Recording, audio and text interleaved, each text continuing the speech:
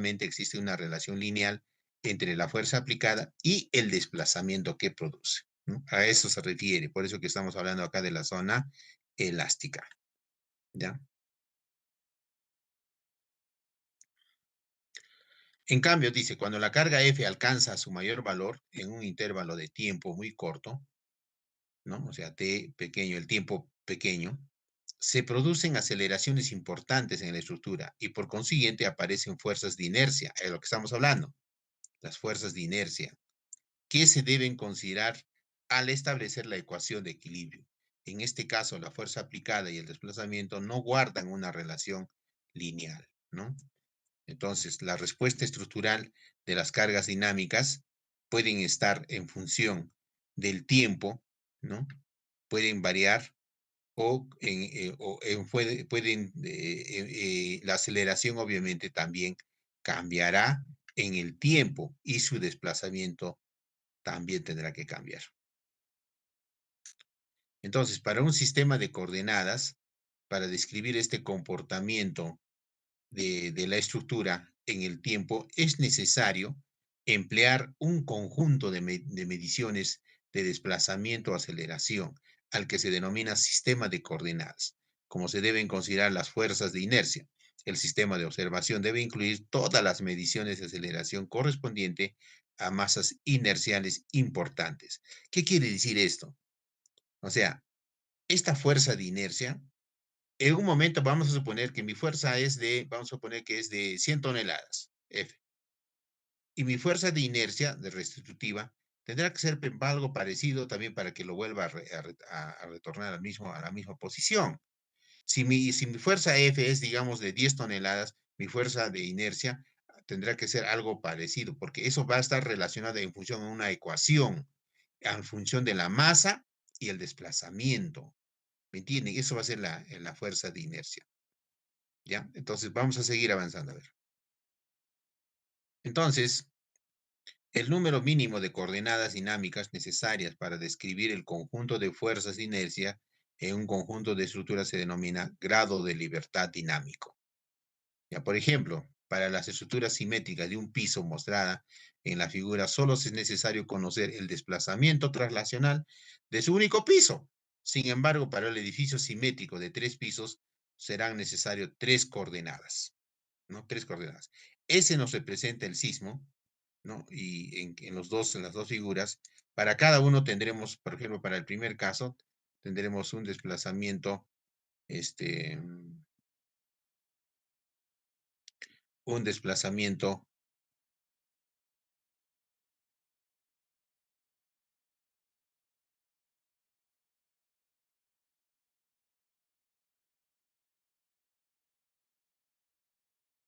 entonces para la estructura, para la primera estructura, con una sola coordenada dinámica, y para el otro, vendrá a ser un edificio de 3 pisos, necesitará 3 coordenadas dinámicas, ¿no? Aquí nos decimos coordenadas dinámicas. Aquí lo vamos a interpretar con el símbolo del péndulo, ¿no? De esta forma, ahí, y aquí.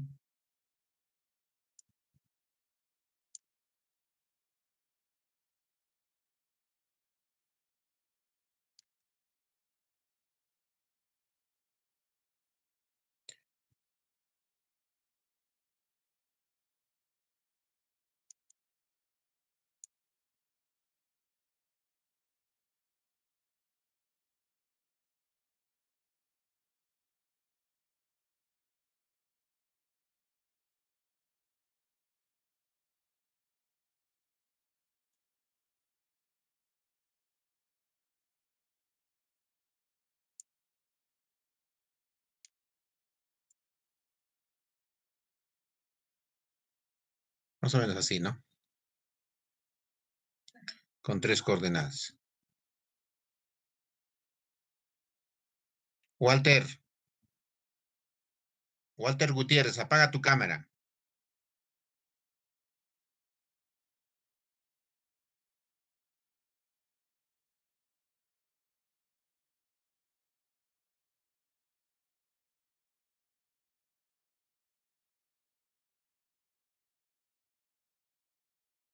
Bien, continuamos.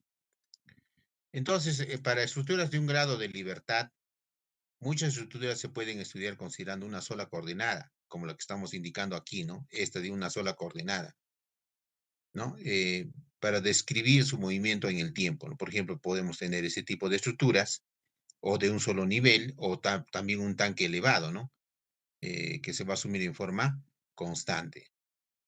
Para un grado de libertad tenemos que interpretarlo de la siguiente forma. Para fines sencillos, el comportamiento de un grado de libertad se estudia mediante un oscilador de un grado de libertad instalado sobre una plataforma móvil, la misma que se desplaza igual que el suelo, ¿no? Ahí tenemos el desplazamiento del suelo, el desplazamiento oscilador relativo al suelo y el desplazamiento absoluto del oscilador. P que viene a ser la carga externa, ¿no? Entonces, para la ecuación de equilibrio dinámico, vamos a tener en todo instante el movimiento están presentes una fuerza de inercia F sub I, debida a la aceleración de la masa de la estructura, que es una fuerza restitutiva que ejerce el sistema estructural sobre la masa del oscilador, una fuerza de amortiguamiento F sub C y en el caso más general una carga externa P.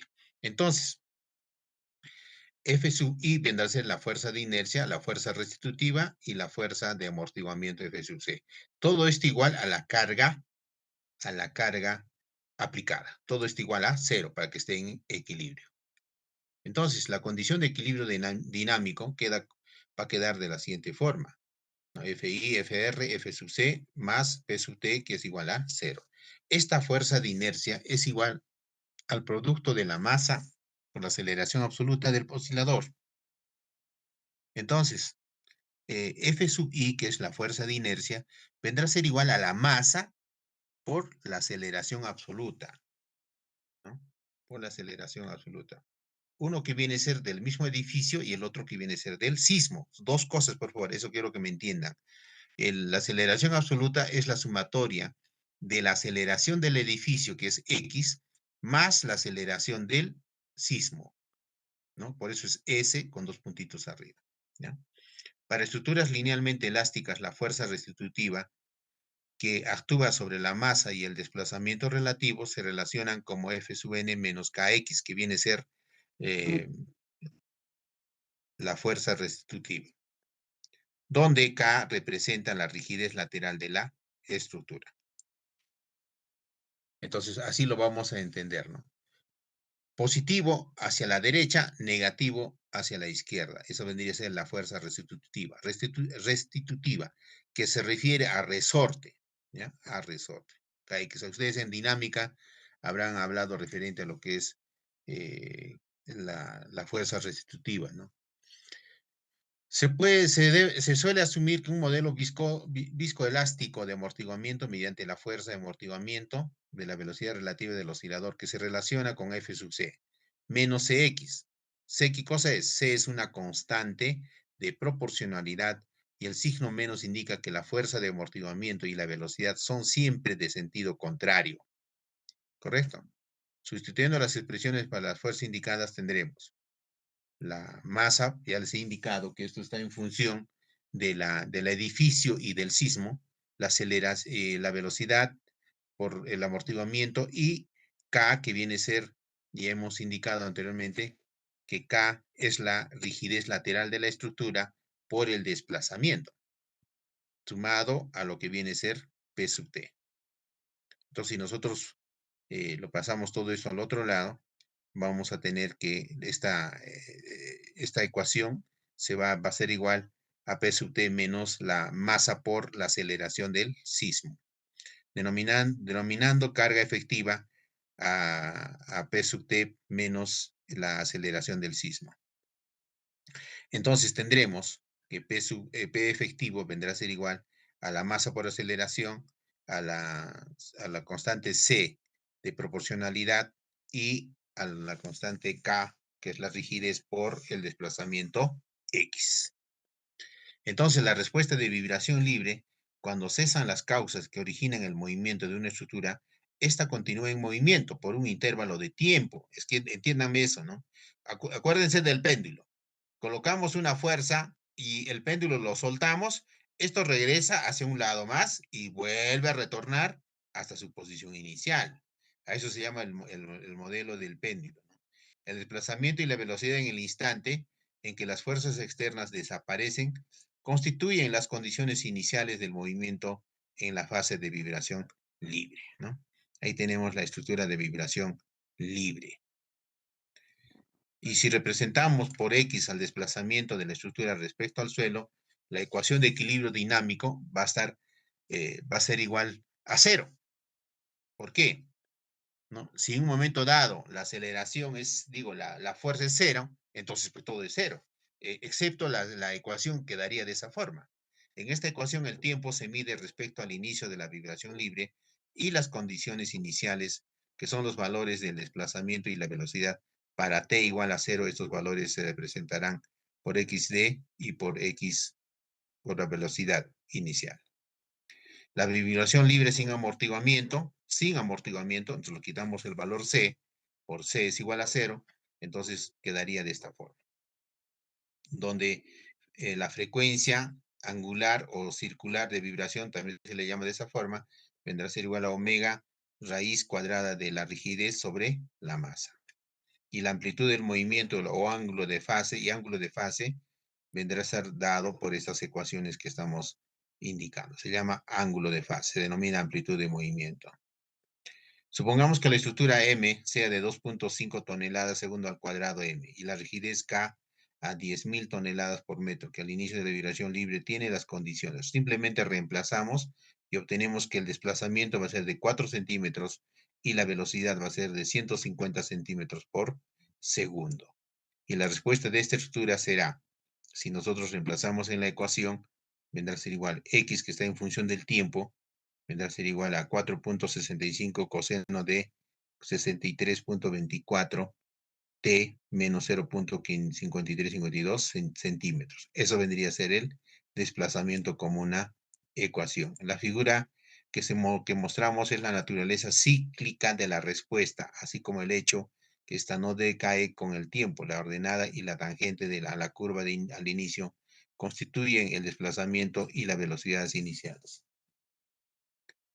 ¿no? Esto es la oscilación en el tiempo, ¿no? Del desplazamiento, que no va a cambiar, que va a ser va a ser una curva sinusoidal, se le llama, que va a estar regido por una ecuación, que es la respuesta en vibración libre de un sistema sin amortiguamiento, cuando no tiene amortiguamiento. El periodo fundamental de vibración, ¿no? Está dado por T, que está también en función del tiempo, vendrá a ser igual tiempo inicial más el tiempo final, ¿no? Que se obtiene al final t viene a ser igual 2 veces pi sobre la frecuencia angular. La inversa del periodo t se le denomina frecuencia, ¿no? Y viene a ser 1 sobre t, porque por eso viene a ser la inversa, ¿no? Entonces, por ejemplo, para un periodo t de 0.1 segundos, f vendrá a ser igual a 10 ciclos por segundo. A eso se refiere, ¿no? Para si queremos interpretarlo matemáticamente. La vibración libre amortiguada, ya con amortiguación, ya es diferente, ya consideramos el C, ¿no? La ecuación de equilibrio para el caso de un sistema de vibración libre vendrá a ser igual considerando el anterior, ¿no? Bueno, pues si queremos hallar las raíces resolviendo todo esto, la fórmula de las raíces para obtener, aplicamos la ecuación cuadrática que ya conocemos en matemática y determinamos las raíces positivo y negativo. El amortiguamiento crítico y amortiguamiento estructural. El discriminante es nulo, o sea, D igual a cero.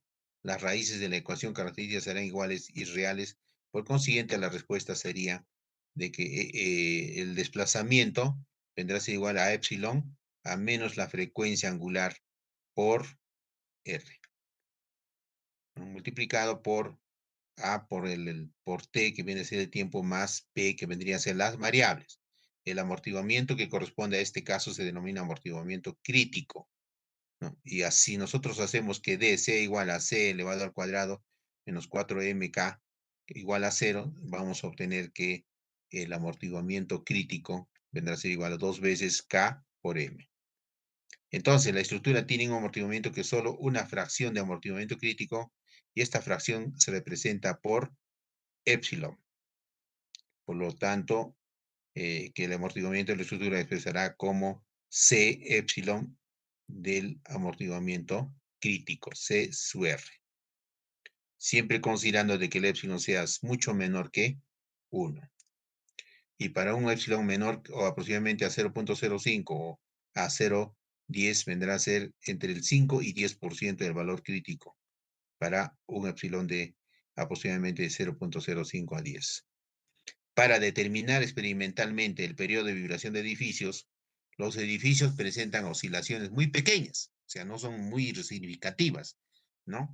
Por efecto del viento, el tránsito o pequeños impactos, va a pasar eso, pero empleando instrumentos sensibles se logra registrar estas oscilaciones y por medio de los valores obtenidos se puede estimar el periodo de vibración y el amortiguamiento de la edificación. En sismos moderados, los edificios presentan un periodo de vibración mayor que el obtenido por el procedimiento descrito y para sismos importantes, la estructura ingresa en régimen inelástico y la rigidez estructural se va degradando, lo cual puede interpretarse como un cambio continuo del periodo de vibración.